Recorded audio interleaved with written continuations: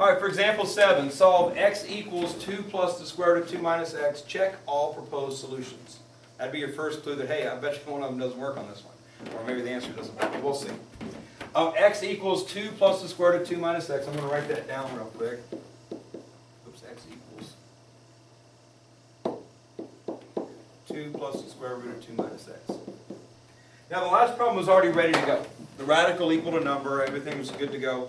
The key to these problems is the radical, the square root object, or whatever root you're dealing with, has to be all by itself on one side. So this 2 being added to is no good. So what I'm going to do first is I'm going to move this 2 over to the left-hand side. So x is staying where it's at. 2 moved to the left becomes negative. The square root of 2 minus x is staying right where it's at, so it's going to stay right where it's at as a positive square root of 2 minus x. Okay. That represents first priority in this problem. Get a radical all by itself, nothing attached to it. Once we get to that point, now we have radical equals stuff. Doesn't matter that this stuff's a little more complicated than 3, now it's x minus 2. But the rule says if I have a square root and I want it to go away, I'm going to square that side. The consequence is I have to square this side. On the last one, where it's just a number to the second power, now it's a binomial to the second power. So just like I told you last week, the reason we wanted to learn that shortcut to square binomials, these things happen a ton. Alright, so expect these to happen quite a bit. This is one type of problem that happens quite a bit. First thing squared, 2 times the product of the two things, and second thing squared. The squares are always positive. The double product is whatever sign you get. X times negative 2 is negative 2x, doubled is negative 4x. But the squares are always positive.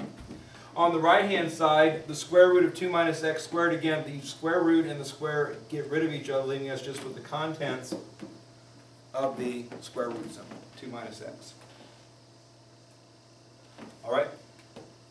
The radical has disappeared because we squared both sides with the radical isolated. If I had tried to square things here, just to show you, I would have gotten 4 plus 4 times the square root of 2 minus x plus 2 minus x. Still got a radical. No good. So again, getting that radical by itself is very important to get rid of it altogether. Next, I need to solve this. This time, instead of just having a linear equation, just x to the first power, now I got x squared.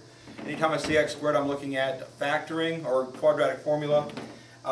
The first thing with the quadratic equation is everything equals 0. So I'm going to move the 2 over to the left-hand side becomes negative.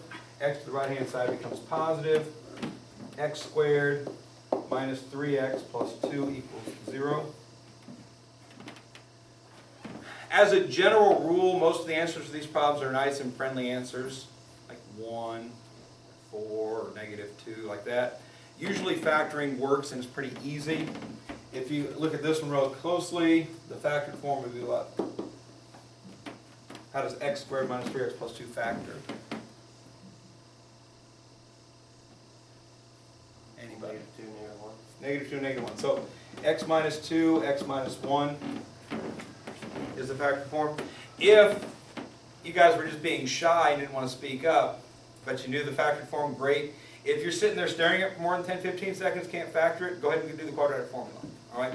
But if the factored form comes to you, again, most of the time these quadratics usually come out with nice friendly answers. So expect factoring is possible. Negative 2 times negative 1, negative 2 plus negative 1. So x minus 2, x minus 1, which means that for this factor, x would have to equal positive 2 to make 0. And for this factor, x would have to equal positive 1 to make 0. So again, we started off with the equation. Any number in the world could have been the right answer. We went through the process of squaring both sides to get rid of the radical using the power principle. We worked it out. Now we've gotten it down to these two numbers are the only numbers in the world that could possibly be the right answer. We have to verify if they actually work. 2 answers, 2 verifications. The verification is the extent you have to do it.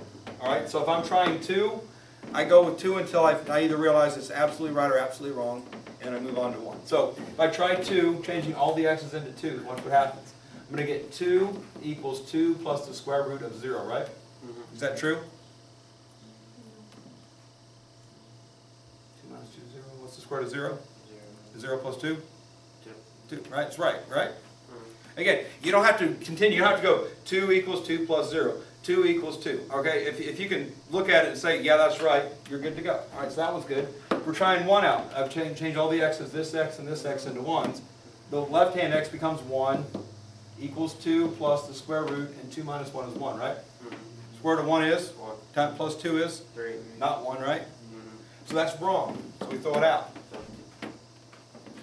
All right? The power principle creates issue occasionally. Here's why. If you know why, sometimes it makes it easier to know that you not only have the answer correct, but you also did your verification correctly. All right.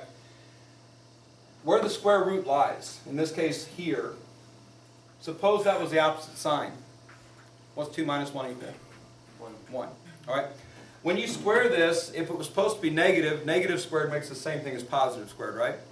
So if the radical should have been negative, but it isn't, you're going to find it messes up. That's going to be how it messes up. So when I'm checking, if I ever get a does not work, if I have to get one of these strikeout ones, I just real quick change the sign on whatever the radical term is to make sure it actually would have worked if it had the right sign on it. So a minus here, 2 minus 1 equals 1 would have been true.